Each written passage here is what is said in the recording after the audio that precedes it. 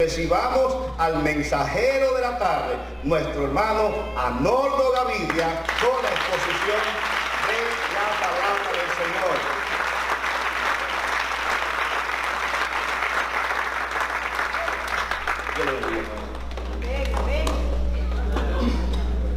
Aleluya. Usted bendiga, iglesia. Usted bendiga más.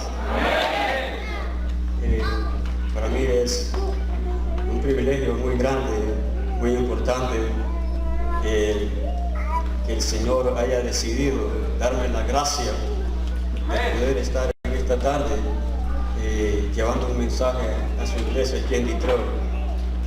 Es un privilegio muy enorme, muy enorme. A veces yo me pregunto si soy merecedor de él, pero así es Dios escoge a quien quiere. Y hoy me escogió a mí. Él me escogió a mí, así es que vamos a tratar de hacer lo mejor posible.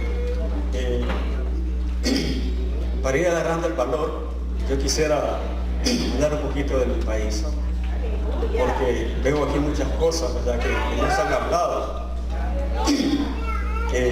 Aquí hablaron de muchas cosas, pero a mí me llamó la atención esto. ¿Sabe usted qué es esto? Allá en mi país hay muchas cosas, muchas cosas que tienen su propio nombre, y allá se usa mucho la letra che, la C y la H unida, la che. Por ejemplo, al cerdo se le llama chancho, al perro se le llama chucho.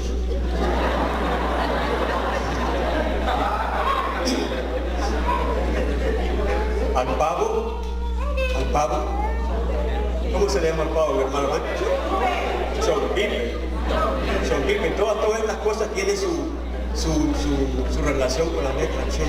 El chancho, el chucho, el chompipe, el chambroso. El chambroso es el chismoso. Es el chismoso, el que le gusta andar diciendo chisme, el que le gusta andar hablando, el que le gusta andarse metiendo en lo ajeno. Ese es el chambroso.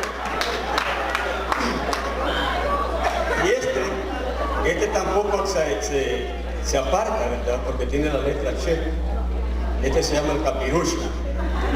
Este es el capirucho. Y este se juega así. Ya perdí, ¿verdad? De tanto tiempo ya perdí. Pero la cosa es que usted lo tiene que tratar de meter aquí. Y hay gente allá le llaman que son bien abusados. Son abusados que hasta le dan hasta 10, 20 veces y no fallan. Y qué bueno es que una de las cosas de mi bandera nacional no tiene todo esto. Todo esto lo han incluido aquí, pero mi bandera es azul y blanco, y en medio de la franja blanca existen las tres palabras que representan los tres valores con los que fue fundado mi país. Dice que el primer valor con el que fue fundado mi país es Dios. Después la unión y después la libertad. Bajo esos tres valores, y el valor más importante de todos ellos es el que da la unión y el que da la libertad. Porque sin Dios no hay unión ni tampoco hay libertad. Y alguien inspiró a esa persona para que pusiera esos tres valores con los cuales representan que en nuestro país, El Salvador, Dios es primero, la unión es segundo y la libertad es tercero. Mi hermano William estaba diciendo que mi país es conocido. Él estaba diciendo, yo creo que esto ha sido amado por Dios para decirlo. Porque mi hermano William decía que lastimosamente hoy en la actualidad mi país es muy conocido por sus crímenes, por la sangre que ha sido derramada, por sus maras, por sus pandillas. Pero yo quiero decirte también que en el país también hay pastores, que en mi país también hay evangelistas, que en mi país también hay personas que se dedican a anunciar la palabra de Dios. Yo quiero decirte también que en El Salvador hay mártires, que en El Salvador hay personas que en la guerra, bajo las balas, iban con sus Biblias debajo de sus hombros a predicar también la palabra de Dios.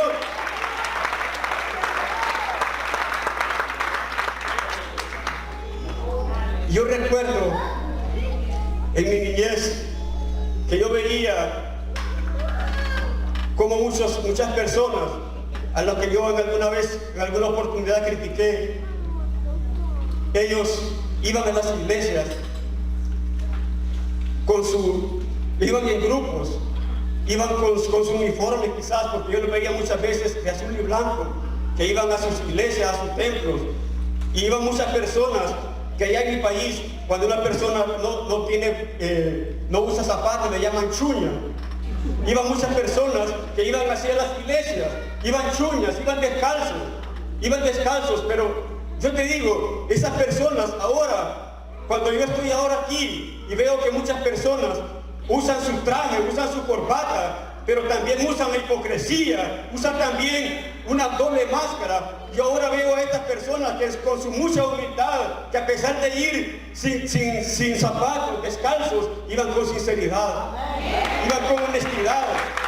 Y esas son las personas que Dios quiere. Y es por eso, yo no sé, este mensaje, esta palabra, yo quizás no predico, sino que a mí lo que me gusta es enseñar.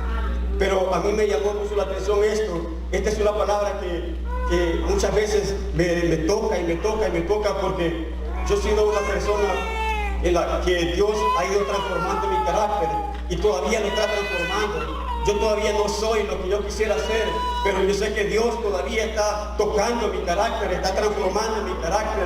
Y yo sé que también usted está pasando por algún tipo de proceso, pero yo sé que Dios va a hacer que nosotros alcancemos la perfección de su amor. Porque yo vengo de un proceso muy duro. Algunas veces usted ha escuchado a mi esposa decir la forma en que yo llegué a esta iglesia, y quizás ella en una forma como de burla dice que cuando ella venía a la iglesia, cuando estaba allá en Averno, yo era católico, y yo me quedaba afuera, después de ir al servicio, a la misa, me quedaba ahí afuera esperando a que mi esposa saliera del culto, pero pasaban 1, 2 horas, 3 horas y ella no salía, porque los cultos eran largos. Pero de tanta la insistencia quizás de mi esposa de estar ahí, que un día me llamó la atención de esto. Dije, voy a ir a la iglesia, voy a ir donde ella se reúne. Y así fui. Yo recuerdo que cuando empezaba a venir a la iglesia, había un hermano que era muy insistente conmigo. Era hermano de mi hermano Rafael, mi hermano Josué. Siempre que yo venía a la iglesia y siempre que se hacía el llamado para aceptar al Señor, ese hermano siempre estaba encima de mí. Siempre estaba encima de mí.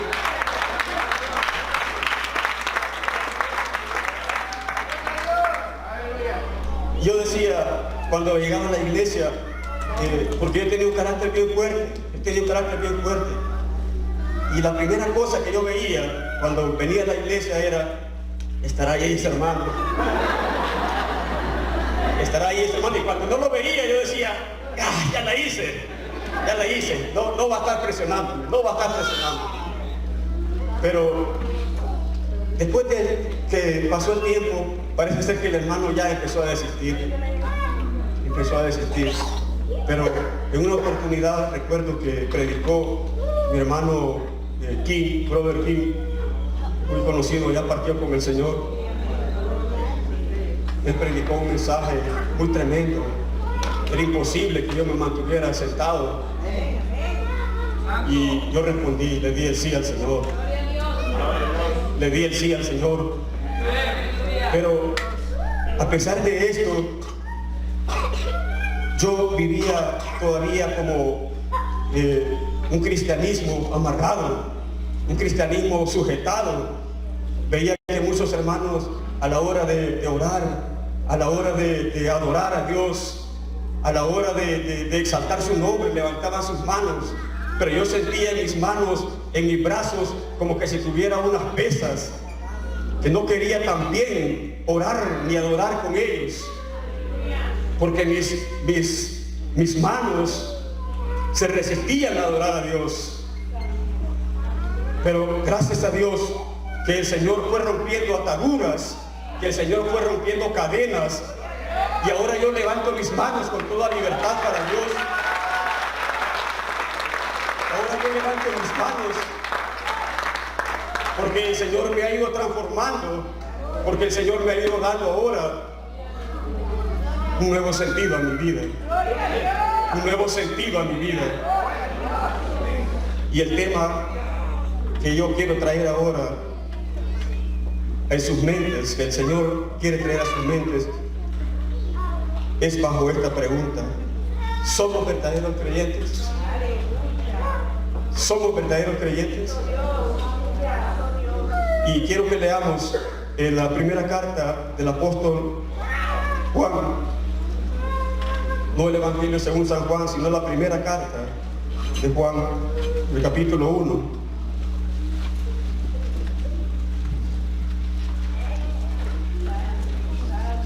Versículos del 1 al 4.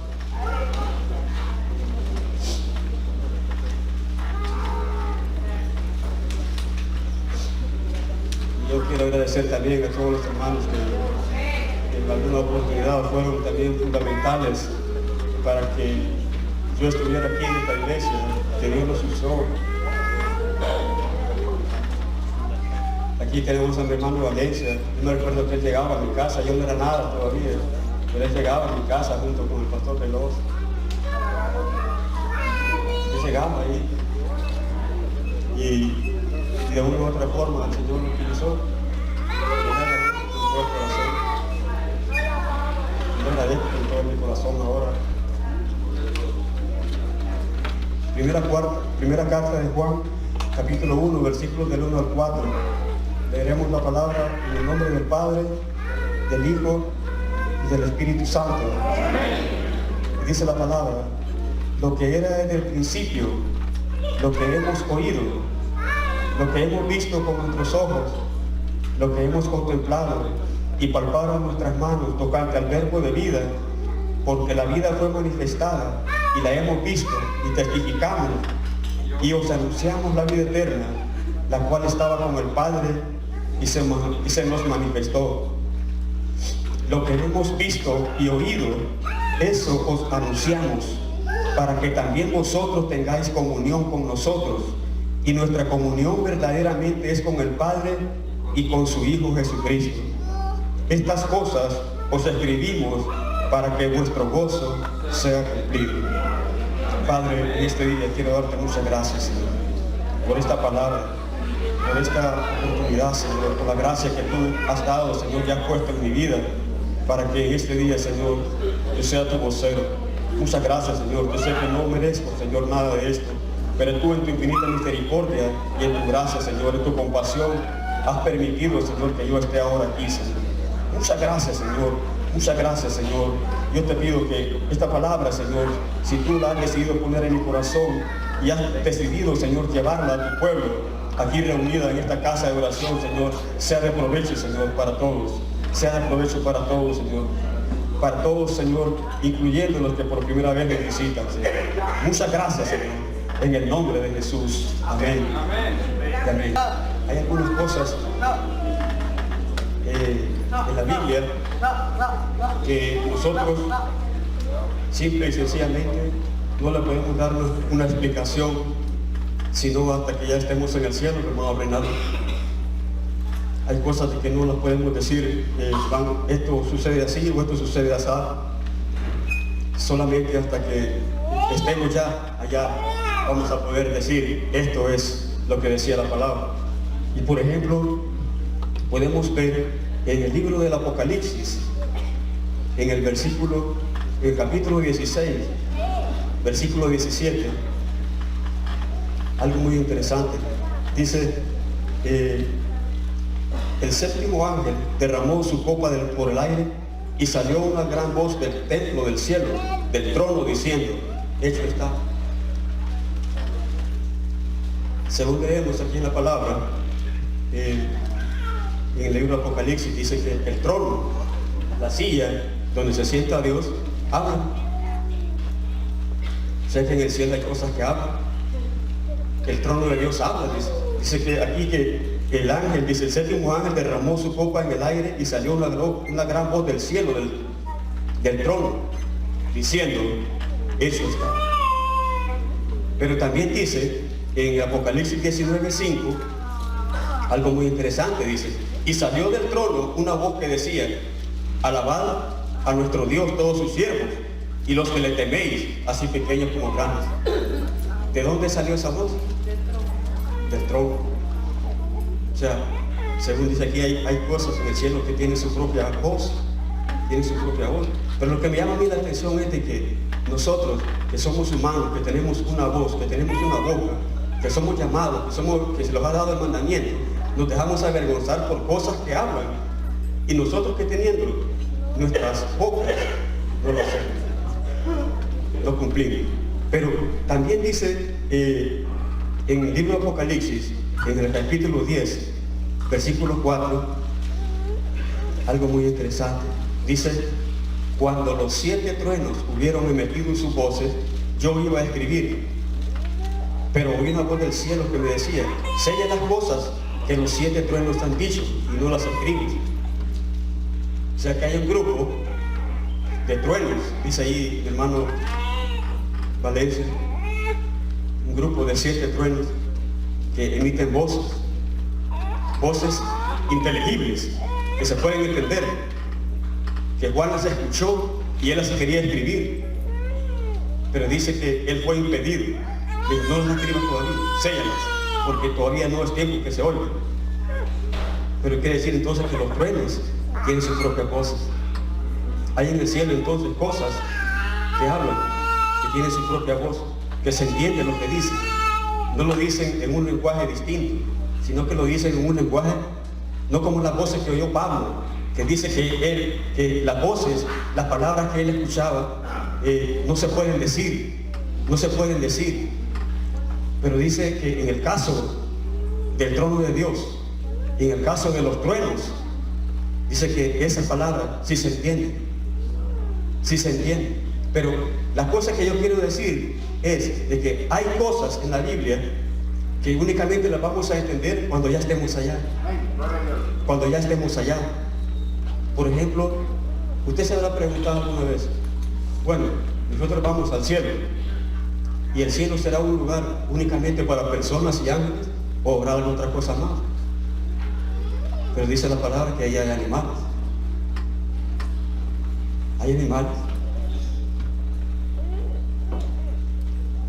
Porque dice la palabra que Jesús, mi Señor, y espero que el suyo también, cuando Él venga, dice que va a venir montado en un caballo blanco. Dice que seguido a Él va a venir también muchedumbre de ángeles, montadas también en caballos. O sea, hay caballos, hay animales, no lo sabemos exactamente, lo vamos a saber cuando ya estemos allá. Porque Elías, el profeta, dice que fue levantado, fue llevado en un carro de fuego. ¿Jalado por qué? Por caballos de fuego. Y entonces vemos que hay cosas que no vamos a saber su explicación real, su explicación total, hasta que ya estemos allá.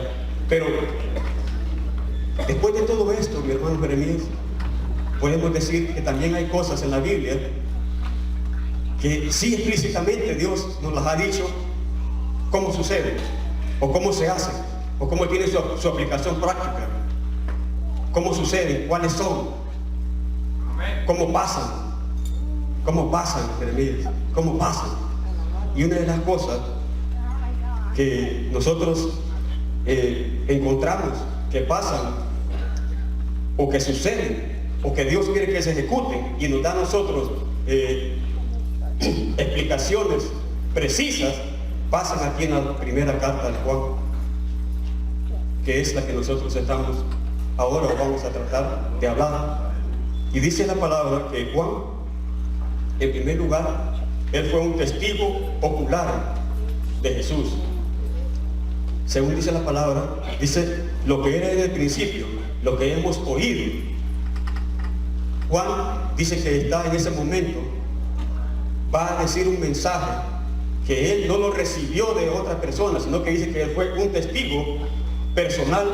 Él escuchó de Jesús, de hecho fue un apóstol de él. Él anduvo durante sus 3 años de ministerio, mi hermano Rafael, junto con él, y dice que lo que hemos visto con nuestros ojos, él vio, él atestiguó a Jesús, él estuvo con Jesús desde el momento en que fue llamado, desde el momento en que dejó la barca de su padre Zebedeo a la orilla del río, a la orilla del mar de Galilea, y que empezó a andar con Jesús, hasta el momento en que fue llevado a la cruz y fue crucificado. Él estuvo allá. Dice que él fue un testigo. Lo que hemos visto con nuestros ojos, lo que hemos contemplado, lo que hemos palpado con nuestras manos, él tocó a Jesús. Qué privilegio más grande, qué privilegio más enorme. Él dice que tocó lo que palparon nuestras manos, porque él dice que cuando estaba junto a Jesús en el aposento alto, donde se realizó la última cena, dice que él estuvo junto, se recostó en el pecho de Jesús, porque dice que él lo palpó, él lo tocó, dice, lo que hemos visto con nuestros ojos, lo que hemos contemplado y palparon nuestras manos tocante al verbo de vida, lo que hemos visto y oído, eso os anunciamos.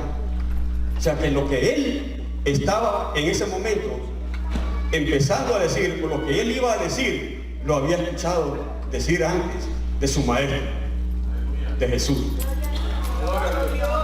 Y él dice que encontró comunión con Jesús al escuchar esta palabra y hacerla. Y dice la palabra que Juan, la intención de escribir estas cosas era que también, no solamente los primeros cristianos, sino que también usted y yo ahora, en este momento, tengamos comunión con Él. ¿Cómo? Escuchando el mensaje que recibió de Jesús en aquel día, pero también poniéndolo en práctica. Porque el cristiano no es solamente de oír, sino de hacer. Porque ser cristiano no es solamente de decir. Así es lo que dice la palabra a continuación. ¿Y cuál es entonces el mensaje que Juan quiere decir? Esta palabra es tan tremenda. Yo cuando la leo, yo me encuentro con una pared. Y esa pared se llama hipocresía o se llama realidad. ¿En cuál lado vive usted? ¿En cuál lado vivo yo? ¿En el lado de la hipocresía o en el lado de la realidad? ¿Soy cristiano de verdad? ¿Soy un creyente de verdad? ¿O soy un cristiano falso? Y esa es la pregunta, ese es el tema que estamos ahora tratando de disuadir. ¿Somos verdaderos creyentes? Porque Juan se encontró con esta disyuntiva, con este problema. En aquel momento quizás habían algunos preguntándose, o habían tal vez disputas entre los miembros. Algunos se creían más, otros menospreciaban a los otros porque no eran lo que ellos eran. Pero Juan les dice, miren, esto es lo que yo he recibido, esto es lo que yo les voy a enseñar, esto es lo que a mí me enseñó Jesús, y si ustedes lo hacen, es que realmente están en la verdad y son cristianos de verdad. Y dice que para poder ser cristiano de verdad se necesitan varias cosas. En primer lugar, dice que se debe tener comunión con Él. Para ser un cristiano de verdad se debe tener comunión con Él. ¿Y en qué consiste esto? Bueno, dice la palabra en 1 de Juan, versículo 5 hasta el número 10, ¿qué quiere decir tener comunión con el Señor? Dice, este es el mensaje que hemos oído de Él y os anunciamos. Dios es luz y no hay ninguna tinieblas en Él. Si decimos, esta es la palabra que dice Juan repetidamente en esta carta, dice, si decimos, se confesamos. Si decimos que tenemos comunión con Él y andamos en tinieblas, mentimos y no practicamos la verdad. Dice, si decimos, si usted y yo decimos que vivimos en comunión con Él, si usted y yo, si Gavidia dice, Gavidia tiene comunión con Él, pero solamente aquí en el templo y afuera anda diciendo malas palabras, vive en adulterio, vive en fornicación, vive haciendo malas cosas. Ese tal fulano Gavidia no vive en la luz, sino que ese fulano vive en tinieblas y no tiene comunión con Él. Eso es lo que está diciendo aquí la palabra. Si usted dice la palabra, dice el versículo número 6, si decimos que tenemos comunión con Dios, tenemos que andar en la luz. Porque si nosotros no andamos en la luz, quiere decir que andamos en tinieblas. Las tinieblas quiere decir que andamos en pecado, que andamos en malas cosas, que vivimos una doble vida. Yo recuerdo que había un luchador, no sé si allá en México, que le decían el 1000 máscaras. Sí, ¿verdad, mi hermano Valencia? Oiga, bueno, ese no tenía una sola, 2 máscaras, sino que tenía 1000 máscaras. Y quizás así habrán muchas personas. Yo les digo, yo me he tenido que ir quitando muchas máscaras. Me he tenido que ir quitando muchas máscaras. Una personalmente y otras que el Señor me las ha quitado a la fuerza.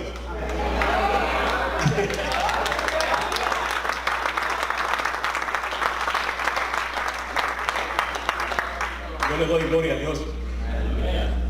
Porque, mire, ser cristiano es una tarea muy difícil. Ser un cristiano de verdad es una tarea, la profesión más dura que hay que hacer. Porque para poder ser cristiano de verdad hay que ser conocido de Dios. Y para ser conocido de Dios, a través del rey David, conocemos cuál es el método que Dios utiliza. La angustia. Dice, en angustia conociste mi alma. O sea, no es en la prosperidad, no es en los lujos, sino que es en las angustias, es que Dios conoce. Es en las angustias, es en los problemas. Es cuando tenemos la dificultad, cuando Dios dice, este de verdad sí vale oro. Este sí de verdad ha corrido la carrera de verdad. Mire, yo soy un ávido fanático del ciclismo y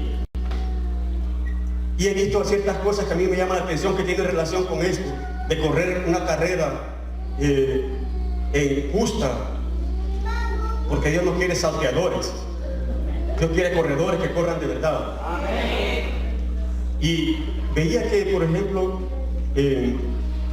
una persona que ganó en 7 oportunidades la carrera más importante en Francia,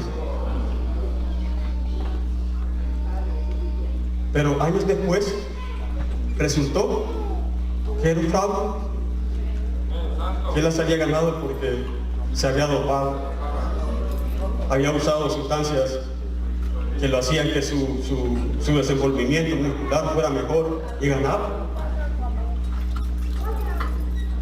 Pero una vez esa persona se topó con una dificultad, a él se le atravesó en sus llantas, no sé si fue un plástico, una manta, pero se cayó.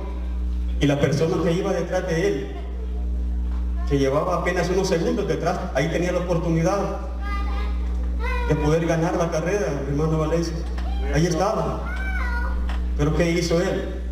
Él se quedó, él lo esperó. Él lo esperó. ¿Por qué? Más adelante, otros corredores, en otra carrera,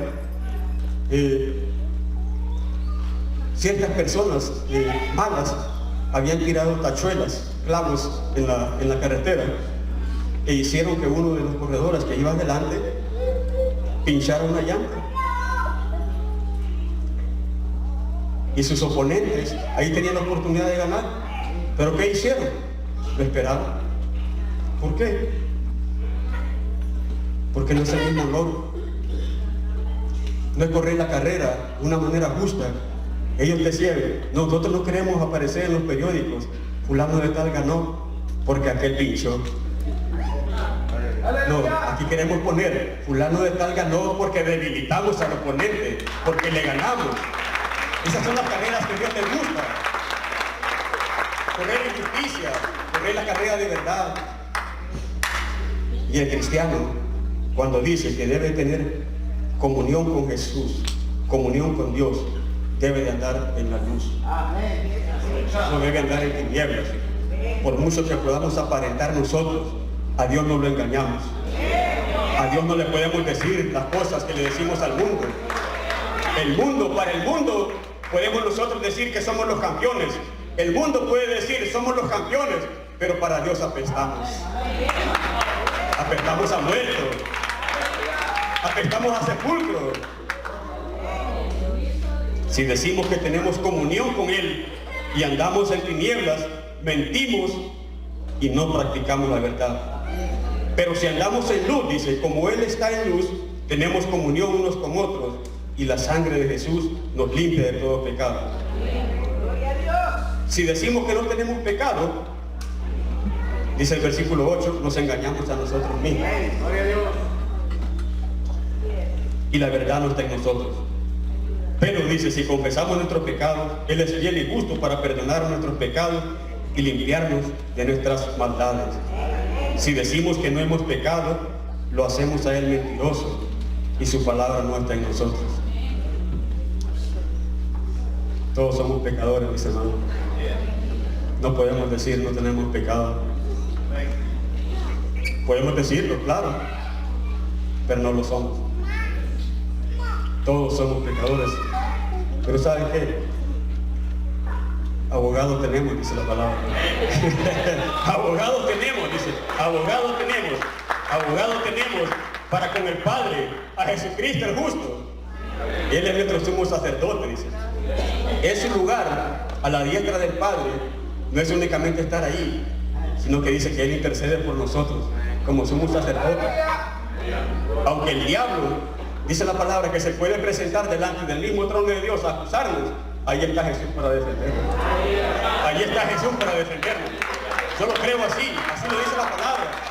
Dice la palabra que nuestro fiscal es el diablo, pero nuestro defensor se llama Jesús de Nazaret.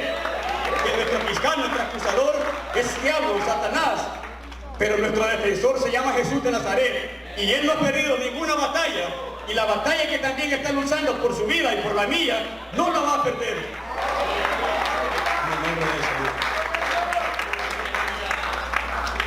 El cristiano debe tener comunión con Él. Mis hermanos, en primer lugar, si el cristiano se llama cristiano de verdad, debe tener comunión con Él. Número 2, dice que el cristiano debe conocer de Él y estar en Él. Ahora, ¿en qué consiste esto de conocer a Dios y estar en Él? ¿En qué consiste eso de conocer a Dios? Mire, yo por eso les estaba diciendo, yo quiero relacionar todo lo que he venido diciendo. Al principio les decía, en el libro de Apocalipsis hay muchas cosas que no podemos encontrar todavía una respuesta hasta que ya estemos allá. Pero hay algunas cosas que Dios nos ha dicho que así sucede. Y nos da explicaciones fáciles, inequívocas, exactas, precisas, con las cuales no podemos nosotros fallar. Una de ellas es, la acabamos de decir, el cristiano, para ser cristiano, debe tener comunión con Él. Número 1. Debe tener comunión con Él. ¿Qué es tener comunión con Él? Estar apartado del pecado. Estar apartado del pecado. No vivir en las tinieblas. Vivir una vida santa, vivir una vida de santidad. Es vivir en luz, vivir en la luz del Señor. Número 2 dice que el cristiano debe conocer de Él y estar en Él. ¿Qué es esto de conocer al Señor y de estar en Él? La misma palabra nos lo dice. Dice en 1 Juan, en capítulo 2, versículos del 3 al 5, dice: En esto sabemos que nosotros le conocemos. Aquí no podemos nosotros andar imaginándonos o diciendo yo creo que la palabra quiere decir esto. No, la misma palabra dice exactamente. Si usted dice que conoce a Dios, tiene que cumplir un requisito. ¿Cuál es ese requisito, mi hermano Giovanni? Dice el versículo 3, sabemos que nosotros conocemos de Dios. ¿Cuándo? Si guardamos sus mandamientos. Si usted dice que conoce a Dios, es porque usted guarda sus mandamientos. Si usted dice que conoce a Dios, pero no guarda sus mandamientos, entonces dice la palabra, usted no está en la verdad. Vive en la mentira, tiene un nombre que no es cristiano, es mentiroso. No es cristiano, hermano, es mentiroso. Dice, en esto sabemos que nosotros conocemos a Dios si guardamos sus mandamientos. El que dice, yo le conozco y no guarda sus mandamientos, el tal es un mentiroso y la verdad no está en él. Pero el que guarda su palabra, en este verdaderamente el amor de Dios se ha perfeccionado. Por esto sabemos que estamos en él. Si alguna vez usted, una persona, le pregunta, ¿cómo sabes? ¿Cómo sabes que vives realmente bien delante de la presencia de Dios? ¿Cómo sabes? Bueno, lo sé, porque guardo sus mandamientos. Porque el amor de Dios se ha perfeccionado en mí. El amor de Dios, dice, esta es la evidencia. El que guarda su palabra, en esta verdaderamente el amor de Dios se ha perfeccionado. Por esto sabemos que estamos en Él. ¿Cómo sabemos que estamos en Él? Cuando el amor de Dios se ha perfeccionado en nosotros. Yo no sé, para usted, ¿qué será cuando dice Pablo que todos tenemos que tener una misma estatura en Cristo Jesús? Yo no sé cuál será, pero la palabra que dice habla de cierto tipo de estatura. ¿Cuál es esa estatura? El perfeccionamiento en el amor de Dios. Cuando nosotros estamos en esa perfección, en el amor de Dios, nosotros podemos decir, estamos en Él. Estamos en Cristo. Estamos en Cristo. ¿Cuándo estamos en Cristo? Cuando el amor de Dios se ha perfeccionado en nosotros. Número 3. ¿Qué otra cosa debe tener un cristiano? Dice que el cristiano debe permanecer en Él. Si el cristiano es solamente un cristiano, una persona que vive su cristianismo dentro del templo y afuera de él, es otra persona, esa persona no permanece en Dios. Pero la regla, la base bíblica que podemos nosotros decir en cuanto a permanecer en Él es la siguiente. En el versículo número 6 del mismo capítulo 2 de Juan dice, el que dice que permanece en Él, ¿cómo dice mi hermano Alexis? Si usted quiere saber si una persona está diciendo la verdad, cuando dice que Él permanece en el Señor, debe cumplir con este requisito. ¿Cuál es este requisito? Dice, el que dice que permanece en Dios, en el Señor, debe andar como Él anduvo. Las ovejas de esta iglesia permanecen en Dios cuando andan como Él. El pastor Oliver dice, si Él permanece en el Señor, es porque Él anda en el Señor. Porque Él hace las cosas que Dios hace. Las cosas que Jesús hace. Él es un imitador. El Espíritu Santo está en Él. Y Él hace las cosas que Jesús hizo. Dice, el que dice que permanece en el Señor, debe andar como Él anduvo. Si usted no anda como el Señor anduvo, usted no permanece. Pero ¿qué otras cosas podemos decir en cuanto a esto de permanecer en Él? Dice el versículo 15 al 17, siempre del mismo capítulo 2 de Juan, de primera de Juan, dice, no améis al mundo ni las cosas que están en el mundo. Si alguno ama al mundo, el amor del Padre no está en él. Porque todo lo que hay en el mundo, los deseos de la carne, los deseos de los ojos, la vanagloria y la vida, no proviene del Padre, sino del mundo. Si usted es una persona, si yo soy una persona que me digo soy creyente, pero amo más las cosas del mundo, amo los lujos, amo los carros, amo más el trabajo, amo más todas las cosas, y a Dios lo pongo en un segundo término, entonces yo no permanezco en el Señor. Yo permanezco en el amor, pero a otras cosas, menos en el amor de Dios. Ahí me gustan entonces los deseos y la vanagloria de la vida, menos el Señor. Mi prioridad ha dejado de ser Dios, mi prioridad ha dejado de ser el que me provee todas las cosas, sino que mi prioridad es en ese momento las cosas que aquel me provee. Cuando yo entonces amo las cosas del mundo y todos sus deseos, la vanagloria de la vida, yo ya no permanezco en Dios.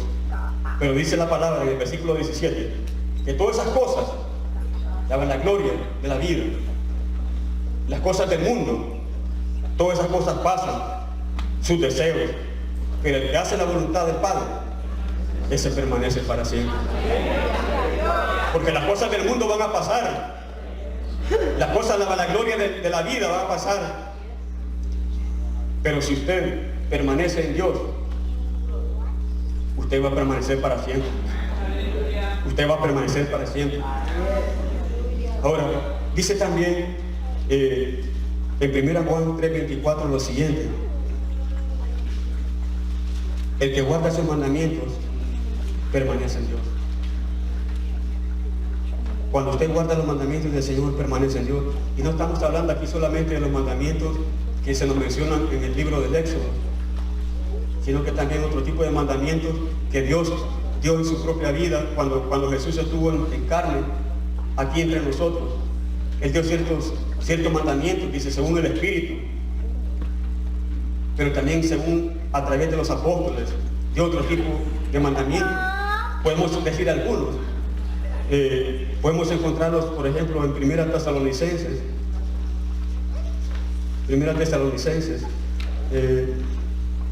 capítulo 5, versículos del 12 en adelante, algunos mandamientos. ¿Cuáles son?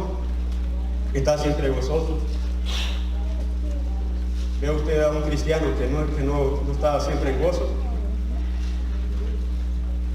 Orar sin cesar. ¿Cuánto tiempo tenemos que orar nosotros?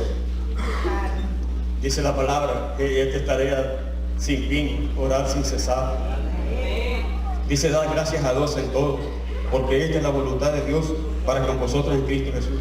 Algunos andan ahí buscando. ¿Cuál será la voluntad de Dios en mi vida? ¿Cuál será la voluntad de Dios en mi vida? Bueno, aquí da un tipo de voluntad que dice que es perfecta delante de los ojos de Dios. ¿Cuál es esa voluntad? Que le dé gracias. Cuando ustedes le da gracias a Dios, yo sé que Dios lo bendice. Cuando usted le da gracias a Dios por todo lo que ha hecho en su vida, usted está demostrando que usted es una persona que está agradecida de Dios, y Dios ve con buenos ojos esas cosas, porque dice la palabra que esa es su perfecta voluntad. Esa es su perfecta voluntad. Dice, ¿cuál es su perfecta voluntad? Que siempre se le dé gracias. Dice, mirad que ninguno pague a otro mal por mal.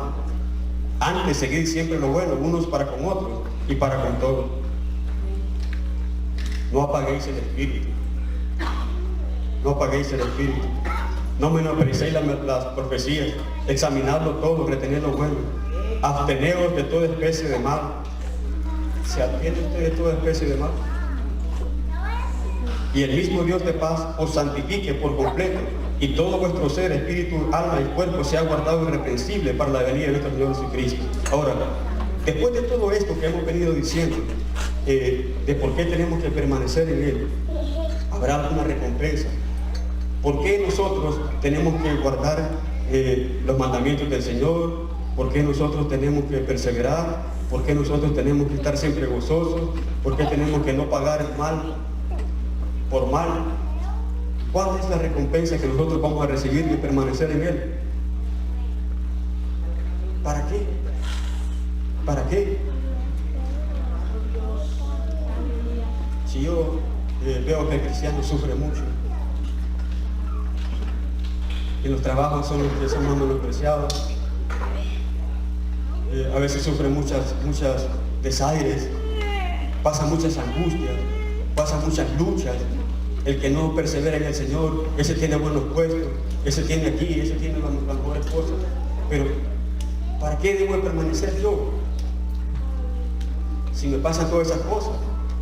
Dice el versículo 28 del capítulo 2 de 1 Juan, ¿cuál va a ser mi recompensa? Y ahora, hijitos, permaneced en Él, para que cuando Él se manifieste, no es antes.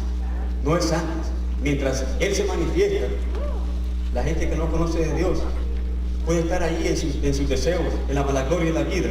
Pero cuando Él se manifieste, dice, ahora, hijitos, permaneced en Él, para que cuando se manifieste, tengamos confianza, para que en su venida no nos alejemos de Él avergonzados. Y cuando Él venga, dice, cuando nosotros hemos perseverado en la permanencia en Él, unos van a ser avergonzados. Pero a pesar de que usted ha recibido muchos rechazos, ha recibido muchas angustias, ha recibido muchos problemas en su vida, usted no va a salir de ahí, según dice la palabra, avergonzado. Ahí en ese momento dice que Jesús le va a decir, ven, ahí se lo va a llevar el Señor. No va a ser avergonzado. Los avergonzados van a ser otros, los que ahora ven que viven en sus deleites y en sus cosas, pero viven alejados de Dios. ¿De qué sirve entonces estar en las cosas del mundo y en los deleites de la vida, si cuando venga el Señor nada de eso aprovecha? Por lo tanto, ¿qué tengo que hacer yo? Permanecer en el Señor. Permanecer en el Señor. ¿Hasta cuándo? Hasta que Él venga. Hasta que Él venga. Ahora, ¿qué otra cosa debe de hacer el cristiano para poder decirse que es un cristiano de verdad? Primera de Juan 3:9 nos dice lo siguiente: todo aquel que es nacido de Dios no practica el pecado, porque la simiente de Dios permanece en él y no puede pecar porque es nacido de Dios. ¿Qué otra cosa tiene que hacer entonces? Bueno, hemos venido diciendo que todos somos pecadores. Todos somos pecadores. Pero ¿qué dice entonces Pablo? ¿O qué está diciendo aquí, perdón, Juan, cuando dice que tenemos que apartarnos del pecado? Bueno, estamos hablando de que hace deliberadamente el pecado. Estamos hablando del que lo hace con ganas, el que lo hace deseando hacerlo. Pero la regla es que si usted se dice que ha nacido de Dios, que es una nueva criatura, que es una persona nueva, se supone que usted es una persona que vive alejado del pecado. Su prioridad es hacer lo bueno. Su prioridad es estar en paz con el Señor y con el prójimo. ¿Qué otra cosa tiene que hacer un cristiano para llamarse cristiano de verdad? Debe de andar en la verdad. ¿Qué es andar en la verdad? Dice 1 de Juan 3, 18, 19. Hijitos míos, no amemos de palabra ni de lengua, sino de hechos y de verdad.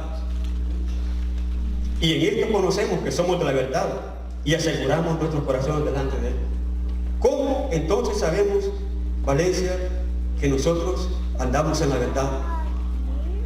Aquí nos acaba de decir la palabra, en versículos 18 y 19 de 1 Juan 3, 18. ¿Cómo sabemos?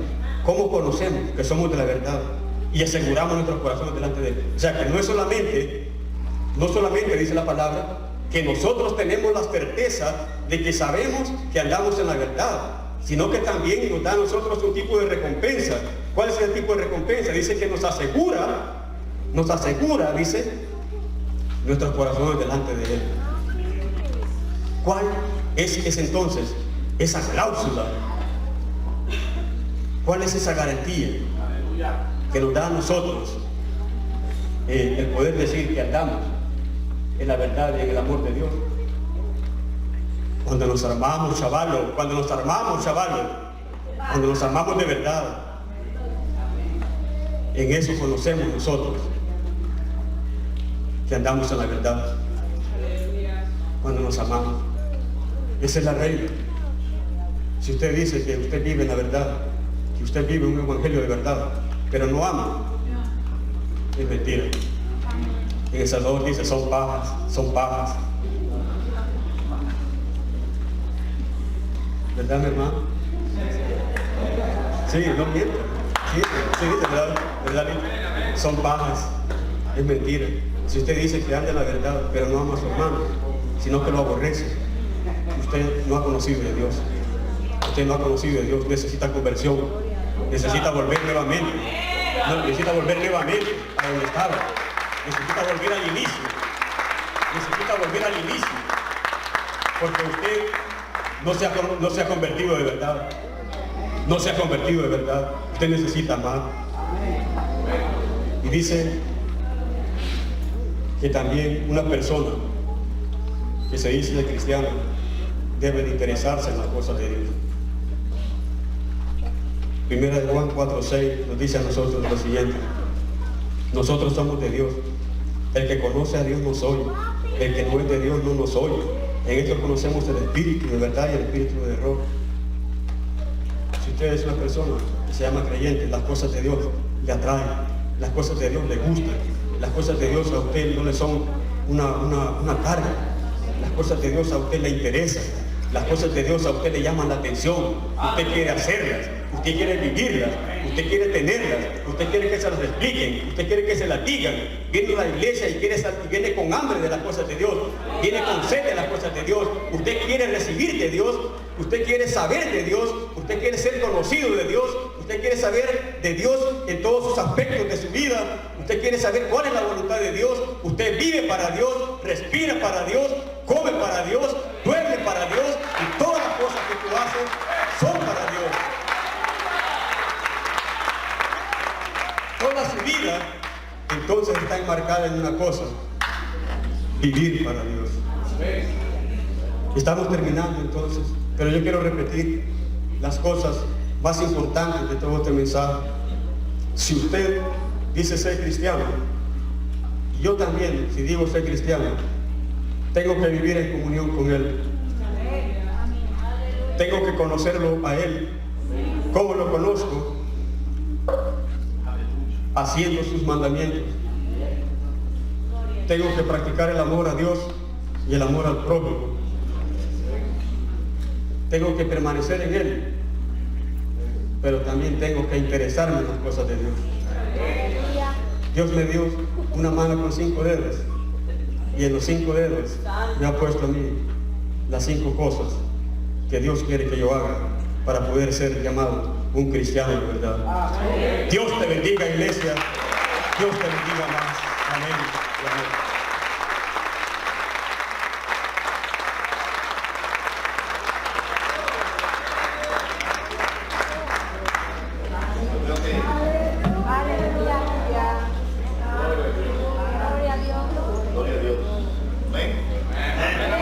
Gloria a Dios. Yo creo que esta enseñanza no puede quedar así, hermano. ¿A cuánto Dios le ha hablado? A mí me habló. ¿Le habló a usted? Yo siempre digo, si nosotros aceptamos oraciones de personas que quizás no tengamos una relación, diríamos, fuerte. Viene una persona por primera vez aquí y ya usted viene a buscar la oración. Eso no está mal, eso es bien, pero yo creo que el hermano debe orar por nosotros. Amén. Yo creo que este mensaje, que ha sido de tanta bendición, debe ser terminado con una oración por todos nosotros. Amén. Así que, hermano, yo le invito. Yo sé que yo conozco su personalidad, hermano, pero ahí donde usted está no hay tiempo quizás para ponerle la mano a todo el mundo.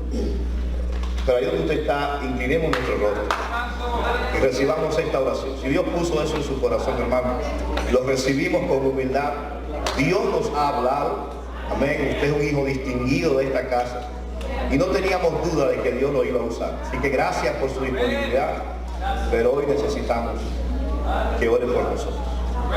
Si usted quiere ponerse de pie, hermano, pueda ponerse de pie. Nuestro hermano nos encabeza en oración.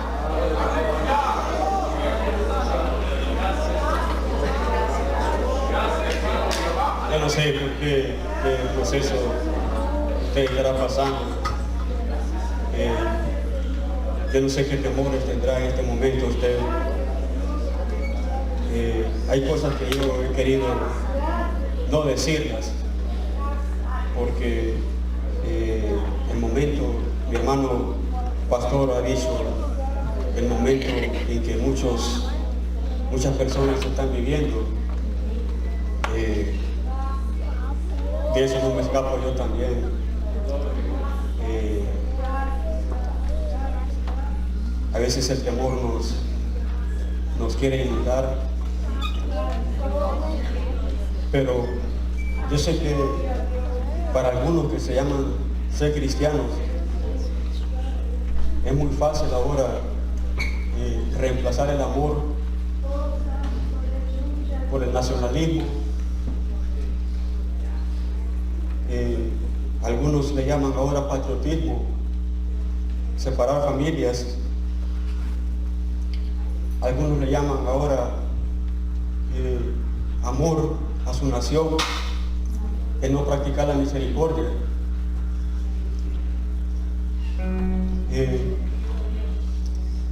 Muchos quieren que este país sea un país de prosperidad, pero han abandonado la palabra.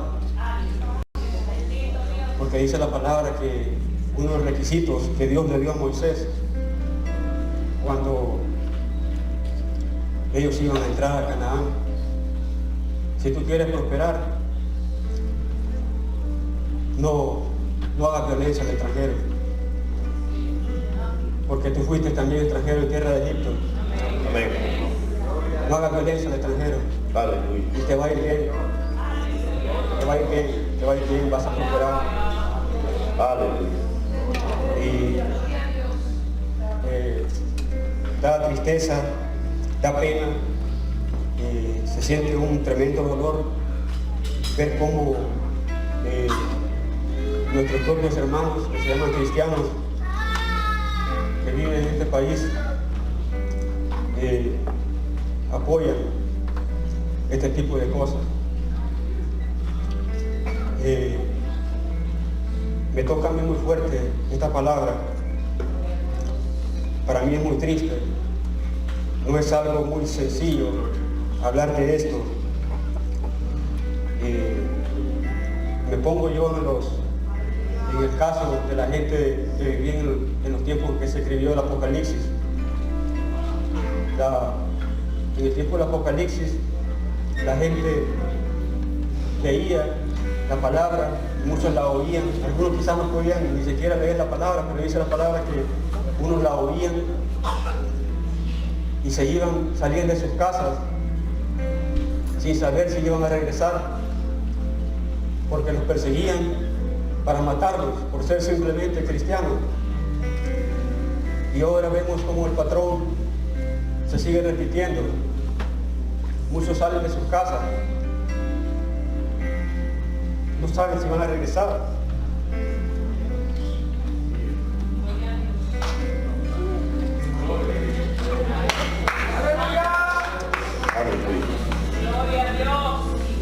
Yo no te estoy hablando de esto desde la hipocresía o desde no estar pasando las situaciones, sino porque también lo vivo y no es fácil. No es fácil orar por el que te persigue, pero eso es lo que Dios ha puesto que hagamos. Dice que alguien te maldice, bendícele.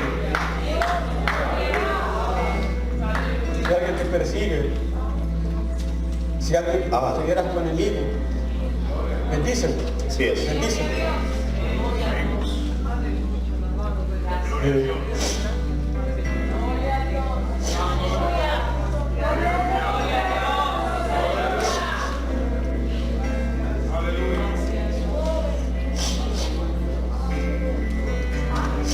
Esta es la bandera de mi país.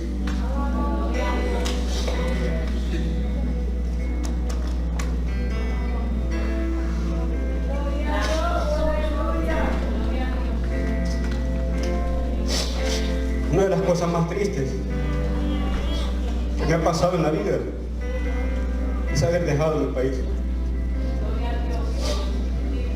Pero Dios me trajo aquí con un propósito.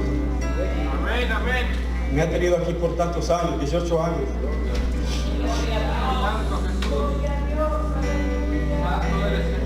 Y oro para que la sangre de todas las personas que en el país han sido derramadas por causa de la violencia, por falsos políticos, que su único interés no es el interés público, sino su interés personal. Que también, así como en este país, que un día me ha abierto las puertas, que nos las termine también de abrir de una vez por todas.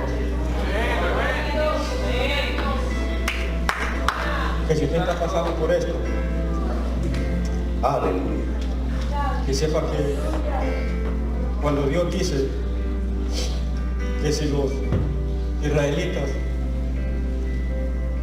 hacían violencia al extranjero, les dice que traía una consecuencia. Les dice que que Él iba a abrir, iba a escuchar desde los cielos. Desde los cielos, Él iba a escuchar la voz de los extranjeros. Yo sé que tal vez usted se siente desanimado. Muchos se sentirán tristes. Pero en el tiempo de lo imposible, es el tiempo de Dios. El tiempo de lo imposible es el tiempo de Dios. El tiempo es cuando todo parece perdido. El tiempo en el que únicamente nuestra esperanza es el Señor. Es en ese tiempo en el que estamos ahora viviendo. Oramos. Gracias, Jesús. Dios, Aleluya. en este día quiero pedirte Gracias por tu iglesia. de una manera muy especial, Señor, Gracias. para todas aquellas personas En nombre de Jesús. que han caído en desamor, Señor, En nombre de Jesús. que han caído, Señor, Aleluya. en nacionalismo, que Aleluya. han caído, Señor, en patriotismo, pero se han olvidado, Señor, también de tus preceptos. Te pedimos, Señor, que los bendigas, que transformen las mentes, Señor, que toquen los corazones, que los inundes con tu espíritu, Señor. Eso nos has enseñado que hagamos, Señor, que los bendigamos cuando nosotros somos maldecidos, cuando nosotros somos, Señor, vituperados, cuando nosotros, Señor, somos criminalizados. Te pedimos, Señor, que los bendigas abundantemente, Señor, con creces, Señor, con creces, Señor. Yo te pido, Señor, en este día, por todos los miembros de esta iglesia, Señor, que acuden, Señor, con fe, que acuden con esperanza cada domingo, que acuden, Señor, sabiendo, Señor, que solamente te tenemos a ti, que tú les bendigas, que tú les guardes, que tú mandes sus ángeles, Señor, a guardarlos, Señor, a acampar alrededor de sus carros, de sus casas, de sus trabajos, de toda su vida, Señor, que tú los puedas envolver y que ellos puedan caminar seguros bajo tu sombra, Señor, que ellos puedan caminar bajo la luz, Señor, que proyecta tu luz en la oscuridad. Bendito eres, Señor. Yo levanto mi mano aquí al cielo ahora, Dios, Padre, pensando, sabiendo de que tú puedes levantar, Señor, al oprimido, que tú puedes, Señor, bendecir al que está quebrantado, que tú puedes darle, Señor, una solución, Padre bendito, al que en este momento, Señor, te busca de todo corazón. Tu palabra, Señor, dice, clama a mí, yo te responderé. Yo te hoy clamo, Señor, a ti con todo mi corazón, que tú abras, Señor, las puertas del cielo y bendiga, Señor, abundantemente a tu pueblo que está reunido ahora aquí en Detroit, en esta iglesia, y en todas las iglesias del área de Detroit y de Michigan, y en todo Estados Unidos, Señor, que están sufriendo, para que tú, Señor, pongas espíritu, Señor, que pusiste en Ciro, que lo pongas también en las autoridades de este país, Señor, que el mismo espíritu que actuó en Ciro, Señor, tú lo pongas, Señor, en la autoridad de este país, para que puedas, Señor, conocerte a ti, conocer que tú eres un Dios misericordioso y compasivo, y que en tu compasión, Señor, ellos también reciban compasión en sus propias vidas. Muchas gracias, Dios. Gracias, Dios. Gracias, Dios. En el nombre, es sobre todo el nombre, Señor, al cual doy mis rodillas. En el nombre de Jesús de Nazaret. Amén y amén. Amén, Dios. Amén.